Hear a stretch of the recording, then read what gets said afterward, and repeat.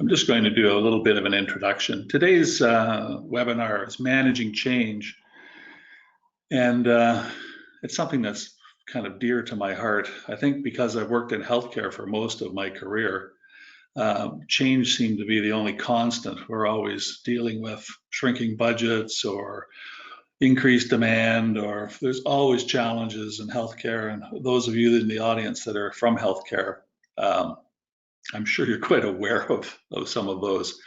And change is a process that's very important if you're going to maintain currency, if you're going to continue to deliver the services that you need to deliver, whether you have adequate funding or the perception that you don't. A little bit about me. My background, as I said, has been in healthcare. I guess I started off as a clinical chemist. I worked for a private laboratory for probably 7 or 8 years, and then I went into managing an ambulatory outpatient clinic that delivered educational services to clients, basically. And then from there, I went into long-term or home care, and I worked in home care for a number of years and managed a corporately owned office here in Sudbury, but also extended that service to Sault Ste. Marie. And then I moved into long-term care, and I was the administrator of a long-term care home. Basically, it was a new build, so I had the distinct pleasure of hiring all of the staff and getting all of our systems and processes in place, basically from scratch. It was a real learning experience, and it was certainly one where we utilized change management quite a bit. Finally, my last 10 years of full-time employment, I was the Dean of Health Sciences at Cambrian College here in Sudbury. And we had a number of programs within that school that I was responsible for. We had diagnostic imaging, we had laboratory, obviously nursing and practical nursing, PSW, so a variety of programs. It had emergency services, so a real range.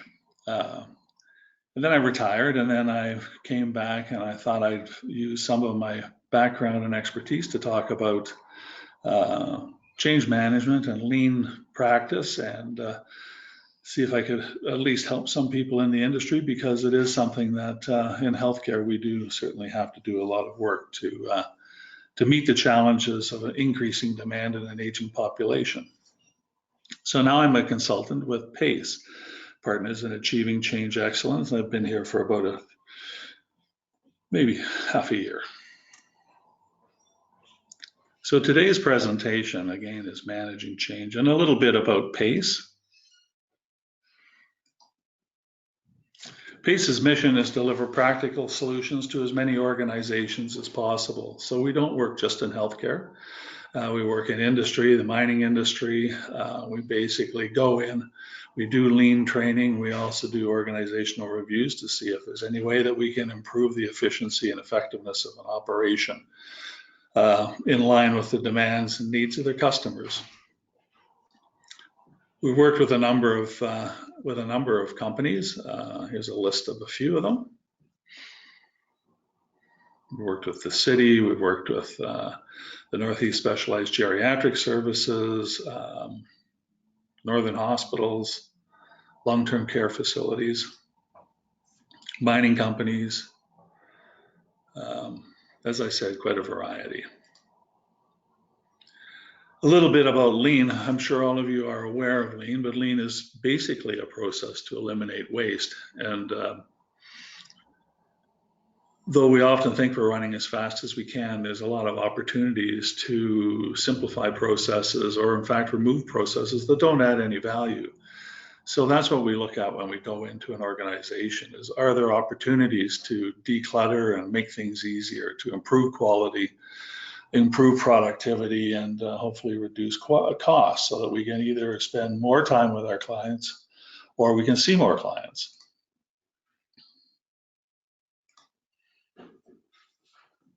So, I mean, there's two theories, right? One is to use the existing process and do things faster with less resources.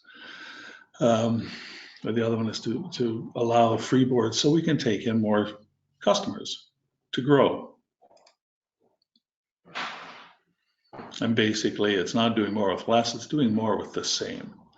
And that's an important point, because a lot of people, when they hear lean, they think it's a process that's designed to reduce staffing, and that's not it at all. It's basically to improve productivity and improve efficiency with the staff with the existing staff. What we've seen in the work that we've done, both in the mining and manufacturing industry and human services, is that we've been able to increase our return on investment. It's been 5 times for human resources, and it's actually quite staggering at 20 times for mining and manufacturing. So we've been very successful in helping companies achieve their return on investment. And for those of you who want to who are interested in lean, we do have a Greenbelt series that is running on September 18th and 19th, and the address for you to register is listed there. So, managing change, and today it's going to be fundamentally participative management change, because I'll talk a little bit about the other types of change. Some of you may have lived through it. But the change management, or the organizational transformation that I'm talking about, is one that involves staff, that involves people in the organization working together to achieve a new vision, a new future state, so to speak.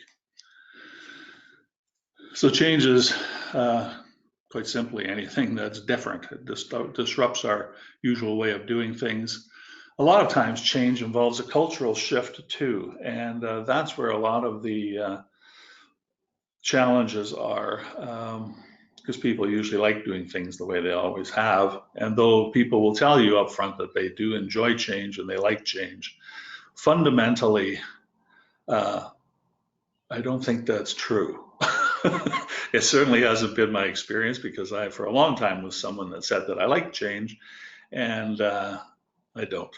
But nonetheless, change is necessary, and there are ways to work through it, so it is more easily implemented. So change management requires an ability to work with people effectively to drive a change in an organization. And really, it's not the change so much that drives everyone crazy, or saying that we have to change the way we're doing. It's all the newness and the novelty and the unexpected things and the unknown changes that are going to be impacting on each and every one of us that throws people off balance. And we have to be really cognizant of that. And it's a point I'm going to emphasize throughout the process, or throughout this webinar, is it's really important to listen to people, to help them with the transformation, to help them change, give them a strong reason to change. It's the only way that really I've seen over the years that it can be successfully implemented. Now, I said there was different types of change. Participative change was one. Data-driven change is another that some organizations undertake. They just say, we want to improve our return on investment, or we want to see more clients, or we have numbers that support that we need to change. And that becomes the sole purpose for the change. The numbers can certainly support change, but if they're the only driving factor, then it's difficult to get compliance with the staff. And of course, there's the second part of type of change, which is compliance driven, which is basically, I'm the boss and we're going this way, and you're following, you're either on the train with us or you're still on the dock. That's a hard one to do successfully, because a lot of times it's authority based, and while people may implement a change, there's often is long-term resentment, unless there's a stunning win at the end of the change process.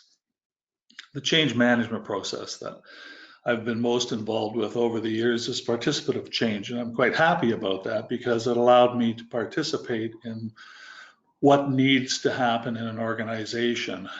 So a lot of times it's an educational awareness of things that are changing, and that old patterns and old behaviors and old business practices aren't going to meet the demands that we're seeing coming down the pipe. And when that happens, when your staff and you are given that type of information, then it's whether you're happy about the change or unhappy about the change.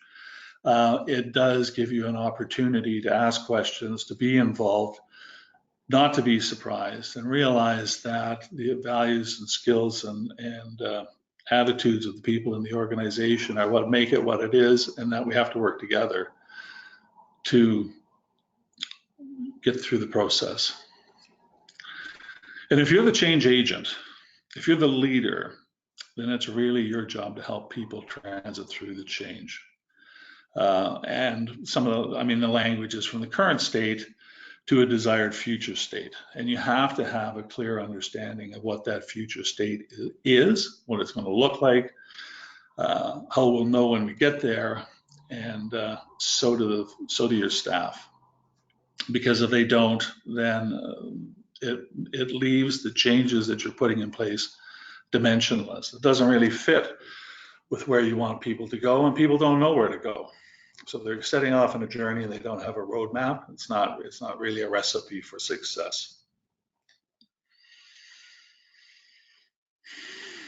So as I said, present state to future state. One of the things that some organizations forget to do is they don't spend a lot of time in transitional states or midpoints. So anytime you affect a change, or anytime you set out on a journey, let's use that analogy, when you take your first step away from what would be terra cognita, you're in a strange place. And everybody's first initial feeling is, you know what, I'd rather just go back to the way it was. So I'm going to go back to the current state, the present state. So what you have to do, as well as paint a clear picture of what the future state looks like, you also have to paint pictures of what these steps along the way are going to look like, so that people know when they get there. And if they don't know that they're there, again, they're just going to they're going to feel lost. They're going to feel like they're out to sea. And as soon as you're lost and out to sea, then the place you want to go is right back to where you came from. And no one can blame you for that, but that's negative to the process that you're trying to get to. You want to get to the future state. You don't want people always trying to get back to where they were. So there's components in managing change. There's a leadership component that's very important. There's obviously communication is extremely important, and it needs to be broad, it needs to be clear, there needs to be opportunity in true communication to have two-way communication. So feedback from the people that you're talking to, and there has to be alignment across the organization, not only at the senior level, but also at the stakeholders in the company too, which are the employees. There's a knowledge management piece. As you're changing, you should be able to know that you're changing. I think there isn't a lean consultant on the planet that won't tell you that if you can't measure things, you don't know what you're doing. You have to measure change too, to know that you're going in the right direction, to know that you're actually being successful, to know that you've reached your midpoint scenarios when you've reached them. And, are you on time? Are you on schedule? Are the things that you have to work at? What are some of the challenges? So the more things that you can measure, the better off it is, because you can also roll that back up into communicating with your stakeholders and telling them how things are going.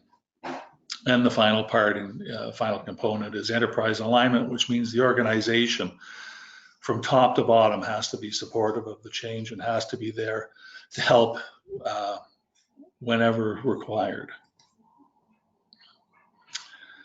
So leadership has basically four sort of things they should be thinking about. One is to identify and engage people in the change, develop plans to help mobilize what those changes are going to be, and action plans to drive the change through the organization, and make sure that they can implement that strategy so that they actually do get where they're going. And it's an implementation through the people that are working there. So they do play a critical role. Leadership is very important in this, and they have to be aligned 100% across the organization. They have to be aware of what the outcomes are, and they have to be able to make decisions. It requires a certain amount of courage on a leader's part, but regardless, they have to be thoroughly supportive of the initiative. I may have gotten a little wordy on some of these slides. I don't apologize, because it gives you an opportunity to go back and read them. We're posting these, and you can review them at your leisure. So I may not talk to everything that's on the slides, but it's certainly there for you. And leaders must show concern, be friendly and informative. They really do need to show concern, and they need to be friendly. This is a process where you are taking people out of their comfort zone. And you must be supportive, you must be sympathetic and considerate. They're going to have concerns, they're going to have fears, they're going to be worried about their job, they're going to be worried about all sorts of different things. And it goes deep with them. So you really need to be there and be supportive as a leader. And you need to trust them, trust yourself, and across the board show respect. And this is actually the what's in it for me aspect. If you're developing a change, if you decide that your organization needs to change, people need to believe that the change is necessary. And you're going to have to work on making that point well known across the board, because if it's not necessary or is perceived as not necessary, then you'll get resistance to change, or people won't be committed and won't want to move. So they really have to be sold on it. And they also need to see what's in it for them. It needs to be brought right down to the personal level, so that they know that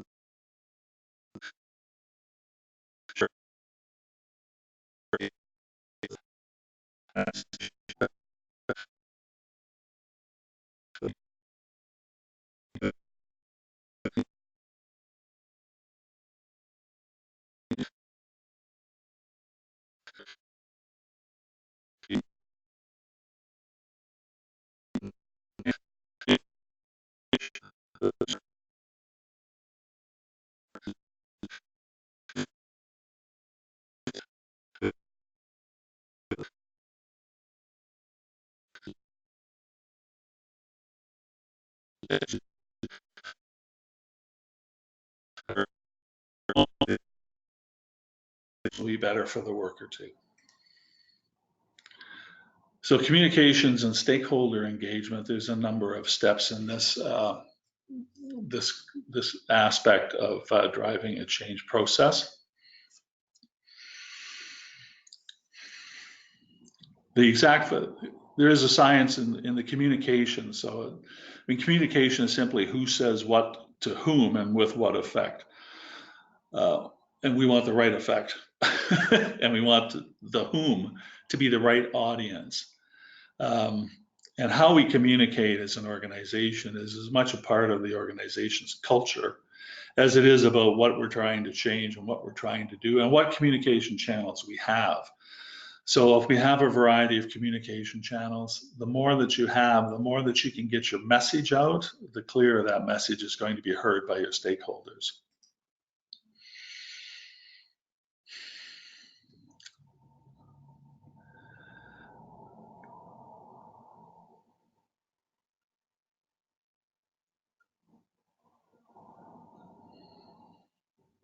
That's pretty much what I was just talking about.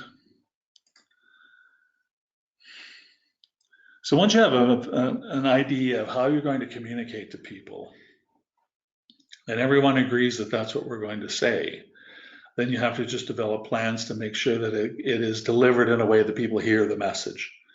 You can do a lot of communication and people aren't necessarily guaranteed they're going to hear what you're trying to say. It is a bit of an art in communication, so you want to make sure that it's effective, and it's effective for all the different individuals. So some people will listen at a different level than others, some will personalize it much more than others, and everyone needs to hear the message. And if you can deliver a message so that they all hear the same thing to the level that they need to hear it, then you're certainly being successful on the communication front.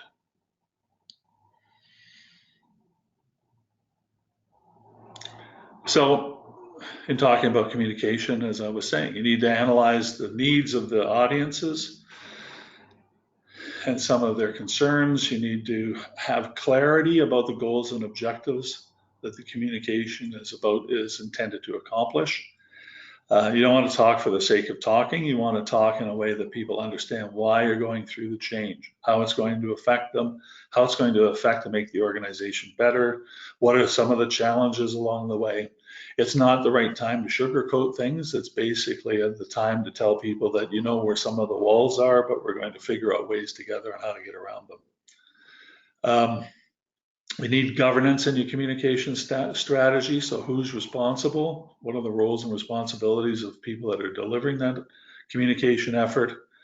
You have to measure it. You have to not only have a measurement process and feedback mechanisms in place, but you have to be able to have that information trackable over time so you can see how things are progressing, or I guess not progressing. You also need to be able to measure the effectiveness of your communication. Is what you're saying being heard, basically.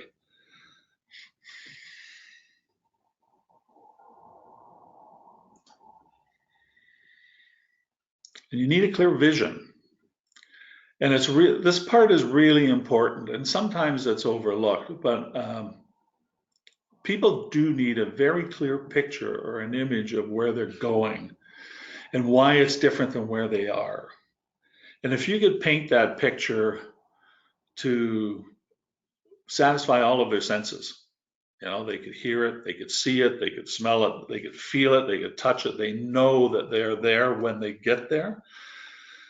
That's probably one of the most powerful drivers of a successful change process.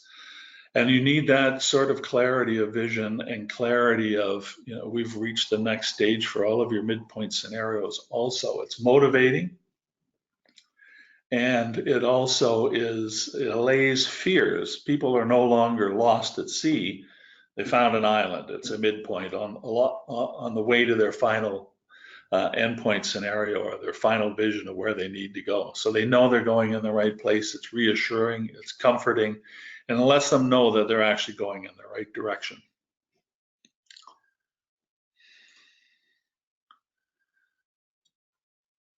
So the other thing is knowledge management, needs analysis, action plans, training plans. I mean, part of change process, especially if it's a substantial change and people are going to be adopting new roles and new responsibilities and a new way of doing things, is they need to be trained. They need to be educated on what the new cultural goals and norms are, what the new jobs are, what the new accountabilities are going to be, what their roles are going to be. They need that education piece because it gives them it alleviates, first of all, fear. And I've been talking very much, I think, through this about the personal aspect of change, but they need to know where they're going and they need to get as much help and education as they can to be successful when they get there and to know when they're on the right path to get there.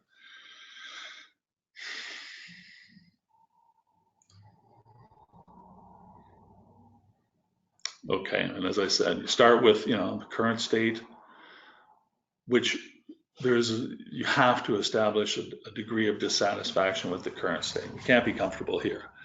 And you can have as many endpoint or midpoint scenarios along the way to the new state or the final state that you feel necessary. And when you make a step forward and you land on that next midpoint scenario, people need to know they're there, be reminded that this is part of a journey that they're going on, and celebrate the fact that they actually hit one of the midpoint scenarios because they're moving in the right direction, and it is cause for celebration.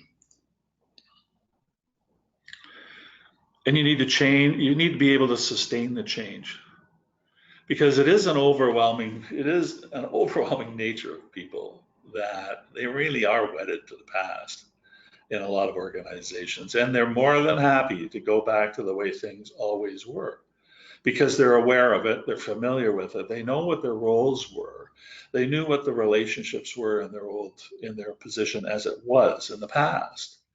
So there is a real temptation, and some people will work quite hard to get back to where they were, rather than to adopt a new way of doing things.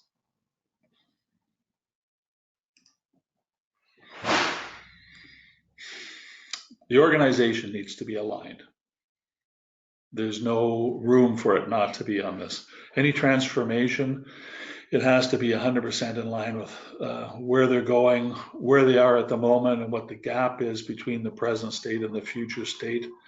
Are the responsibilities aligned properly? Is there work that they have to do as an organization or as an enterprise? Is there training that needs to be put in place so that people, once they get to a midpoint or an end state, can actually function there comfortably?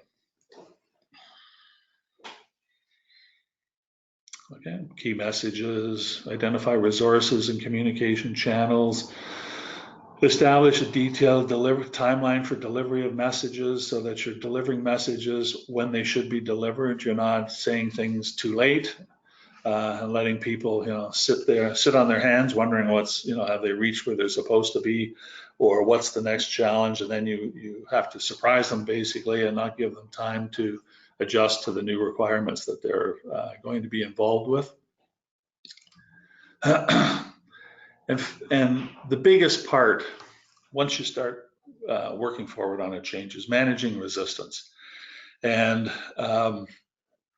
this is really about managing people. By being able to personalize or understand how people personalize these changes that you're trying to impart on them and how they react to that change. The more you understand about your employees and how they personally feel and how they, you may be imparting a change that they're no longer comfortable, or they may be working in another department or doing things differently, and you may be attacking their sense of self-esteem or self-actualization.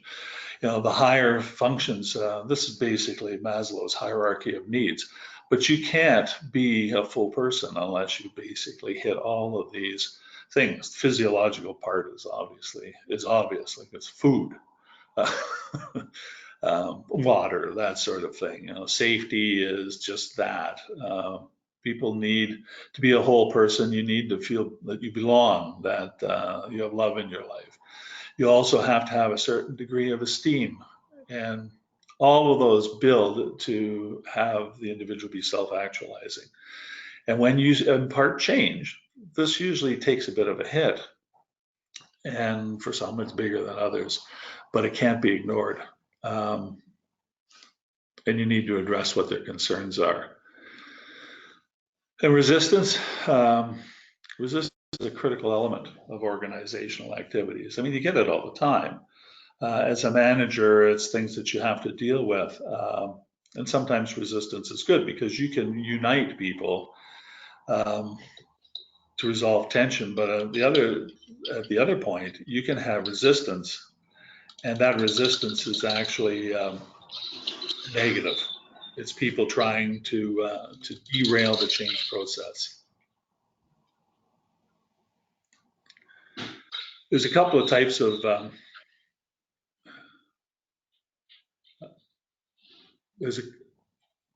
just a moment.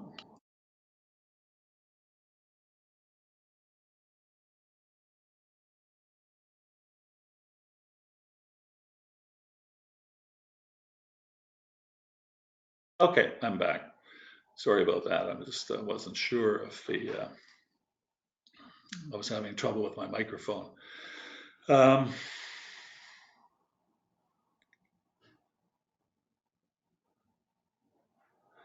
So one type is cognitive resistance, right? There's limited willingness to communicate about or participate in change activities. They just want to stay on the sidelines. The other type of resistance is emotional resistance. So they're not happy. Values, beliefs, they're symbols of culture, those are changing, and people can become angry about it. And that anger certainly is non-productive, and it does work against you when you're trying to impart change. The other type of change, the resistance that you get to change, is behavioral. And people will, develop rumors and have, informal ways of resisting change wherever they can. It's covert, and it's out there, so be aware of it. And the internal part, the important part that you need to consider when you're dealing with change and with people that are being impacted by change, and helping you, and honestly helping you try and progress through the change process. I mean, if they're engaged with the organization, then they really want to see the organization successful. Not only is it good for them, it's in their own best interest, but it's also good for the organization. So people routinely, want to work well with their employers. However, you have to realize that they're going through almost a grieving process of their own if you're imparting a cultural change on them. And there's sort of 4 stages. One's denial, when they first find that they have to change. And loss of identity can be a part of it because they are no longer doing what they used to do, and they aren't sure what they're supposed to be doing. So if they had identified themselves with the roles that they were doing, they've lost that identity. A lot of times people are confused or distracted. Why do I have to change? That proceeds on to resistance, where people are angry. They can withdraw from the process altogether. It's very easy to blame people. Any of us who have been, armchair athletes can always blame the quarterback for a missed pass. But if we were out there trying to throw it, it would be a different thing. So blaming the process is non-productive, but nonetheless, it is a fact of this transition that people go through, this process that people go through. It can actually manifest itself as depression. That's a small d depression, where people become frustrated. They lack focus. They feel that there's too much change. They're trying to do the job that was while they're changing to the new job. They're dealing with lots of communication. They're being bombarded with new things and being educated on how things are going to be. And they can just lose their focus. And finally, the last stage is acceptance. And that basically speaks to engagement and an awareness and an acceptance of the new reality. And this process takes time. And some people pass through the different stages more quickly than others, but you have to go through those steps before you can actually gain acceptance in the process. And an awareness of that's really important, because you're going to have to deal with that. Either you're going to have to deal with it in yourself if you're being impacted, or if you're a change leader, then you're going to have to look at it from a much broader perspective for the people that you're trying to move in a new direction. So as I said, you have to let that process take its path. People have to go through those different stages. If they're in denial, then you can acknowledge their doubt. It diffuses their denial. You can say, yeah, I understand why why you doubt this process is going to be successful. You can help support the positives of the process and offer hope, and help deal with some of the resistance. If they're depressed or unhappy, being positive and showing confidence is probably the best way to disarm that component. And if they reach the acceptance phase and they're moving along with the change process, then you really need to celebrate, because it's worthy of celebration. You need to show that everyone's satisfied with this. This has actually been a good thing, and it hasn't been an easy path, but it's been a path that they've been successful with. So celebration is certainly in order. And again, if you go back to your hierarchy of needs to be self-actualized, I mean, if anybody who's lived through a change process, you can look at all these different things that could impact people, right? Structure, new rules, new roles, learning new things, being on top of things, being liked. Maybe you have a role now where you're sort of out to sea and you're not sure what it is or who you're working with. That's change. You may have to develop new relationships. You may have to take risks. There's a whole host of different things that are involved in the change process. I just listed them. I've called it a short list because it is a short list. And then most importantly, you have to sustain the change, because regardless of how far you are along the process, there are always people that want to go back to the good old days. And you just have to always keep a positive sort of pressure to continue to move forward, because and you need to make sure that people are educated for the change, and you need to continue celebrating the change. And it's only through that sustaining effort that you're going to get where you want to go. So as I said, hiring, training, rewarding positive behaviors, the behaviors that you want to see, understanding, okay, what are the key enablers that will sustain the change once we put it in place? And maybe it's new reward mechanisms or different ways of doing things that are better or easier or more efficient and effective than what we left behind. And there's no guarantee that your future state, once you get there, is going to be without its own bumps. How are you going to support people through those? Because if it was, back in the good old days and there was a bump on the road, people sort of adapted more to it. It didn't really impact as much on how you were doing things as if you've just made this big change and there's still a bump on the road, because there's always going to be bumps on the road. So how do you support people through that to make sure that they don't use that as an excuse to go backward? So, in summary, any change there's a purpose why you need to change. There's a process. How do you get the discipline to actually go through it, go through the change process, and again, the people. And the people side is, I find the people side is the most enjoyable side. I think probably as a healthcare provider, it's that supportive, nurturing side when you're actually helping people get through a difficult time, because it is a difficult time. But you need to work with them. You need to help support them when they're not feeling, engaged or really supportive of the change process. And you need to celebrate the wins when they happen.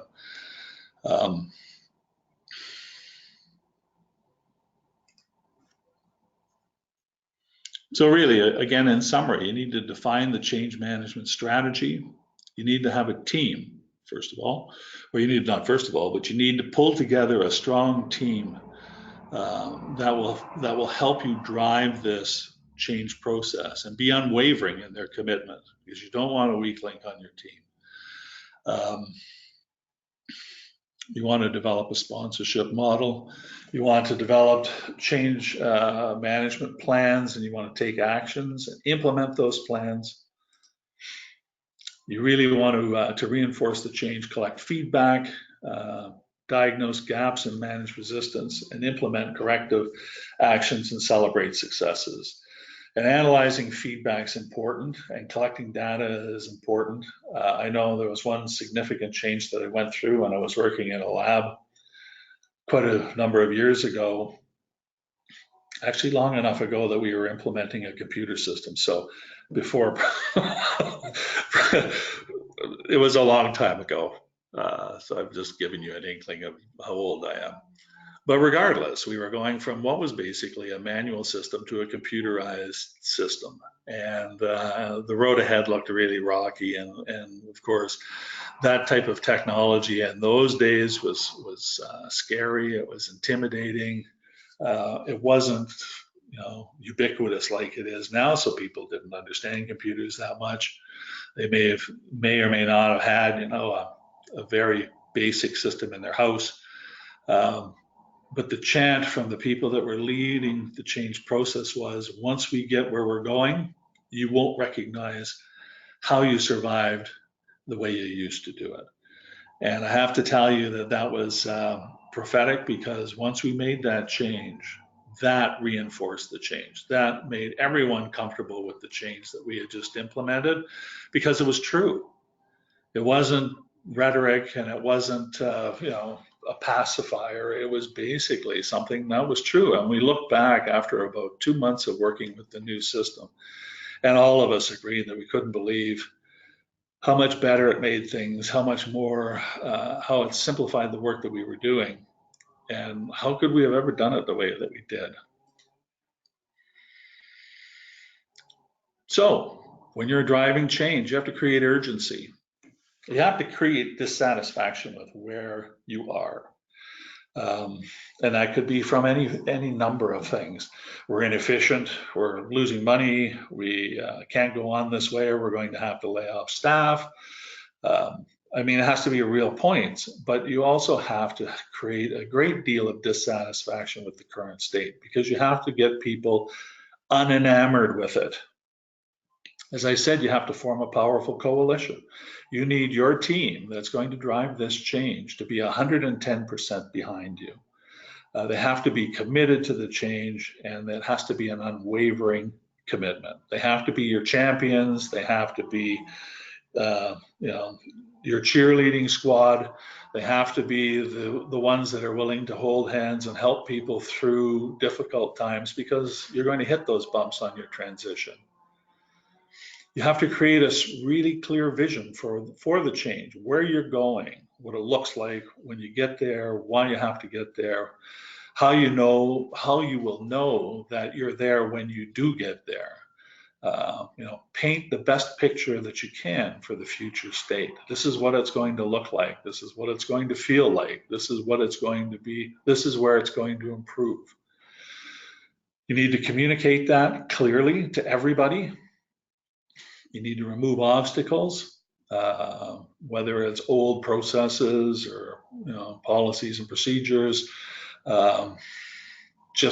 existing, well, we always did it this way, but, and as you go forward and hit your first midpoint scenario, you need some short-term wins so that your staff and the people that are involved in the change are celebrated for making that step. And you need to do that consistently. It needs to be, honest and heartfelt, and it needs to be real. And that will help get buy-in to the change process. And then you need to build on it, okay? And as you go forward and as you get closer to your vision of where you want to be, you need to anchor yourself in place so that you don't start going backwards on it. So again, Maslow's hierarchy of needs, that encapsulates a lot of sort of the resistance and fear and loathing that people go through when they're being put through a change process. And your understanding of that, not only for yourself, but for the people that you're working with, or you may be the change leader and helping them through the process. Understand that this is not just about work, it's about them. And you can't separate the two. And I guess the other thing I wanted to just say, and I don't know whether, because I'm not looking at my audience and I don't get to see you, I don't know what the distribution of age is. So I'm going to try and pick something a little more current than computers. But the population is segregated into a bunch of people. There's the innovators and the early adopters that are at the front of the curve whenever there's a change or new technology or innovation. And then there's the early majority, that people that get on board. Then there's the later majority, and then there's the laggers that just, so if you used, we'll talk about CD players. I remember when CD players first came out, and they were about $5,000 in current dollars at that time for a really nice system. And that's a staggering amount of money for what was basically 20 cents worth of parts. But it was new and it was innovative. And I personally know lots of people that went out, the early adopters, and grabbed this technology because it was new and it was exciting. And people still do that. They have to have the best phone, the newest computer, the newest whatever it is. They want to take that and run with it. Then there's the people that come after them. The early majority are the ones that will flip over. So they might finally give up. They're not going to finally give up their tape deck, but they might say, yeah, you know what? I think I like CDs. The later majority is a little more passive on the process, and they may wait longer to take on the new technology and buy a CD player. The nice thing about those guys is they're probably paying, $50, where they're innovators, and the guys at the front end were paying 5,000. And then there's the people, the laggards, that are still happy with their old technology, and they really don't want to change. And if they do change, it takes an inordinately longer period of time.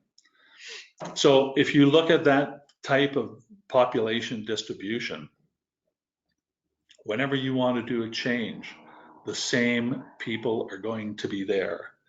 And when you're picking your team, you don't necessarily want the early, you want a distribution of people, because you need to represent the population that you're trying to drive the change through. So if you pick the innovators and the early adopters as part of your team, yeah, they're the raw people, but they may not know or be able to engage the late majority, which is really the bulk, and everybody up to the late majority. That is the bulk of your organization that will carry the change forward and make it real and make it happen. The laggards are always going to be there, but as the majority of the population moves to the new reality, they won't have a choice. They'll have to go along with it. They may grumble and they may push back, and you may get some of your strongest pockets of resistance there. But if it's any consolation, it's a small percentage of the normal population. And the other thing that I want people to remember is this curve of denial and confusion and depression. It does resolve itself, and it is related to an individual's self-esteem, and it does take time.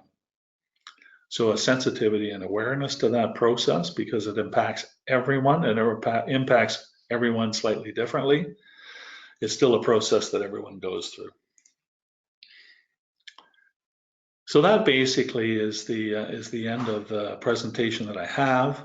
I just wanted to also make the organizations that are on the webinar aware that there are job grants that cover training for lean training, and we can help your organization access those funds if that's something that you're interested in through PACE. More of the same. And if you want to watch some of our previous presentations, there's certainly ones on our YouTube channel, and the way to access it is listed there. And again, a reminder that there is a Lean Greenville training session. It's a 2-day session, September 18th and 19th. It's early fall.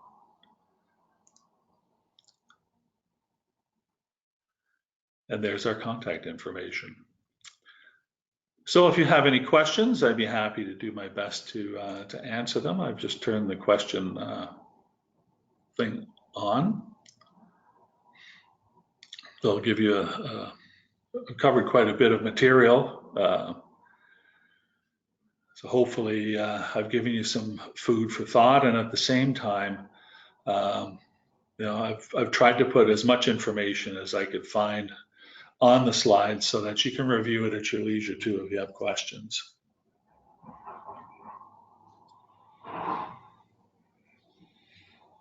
So I'll give you a few moments to, if you have any questions, to put them on.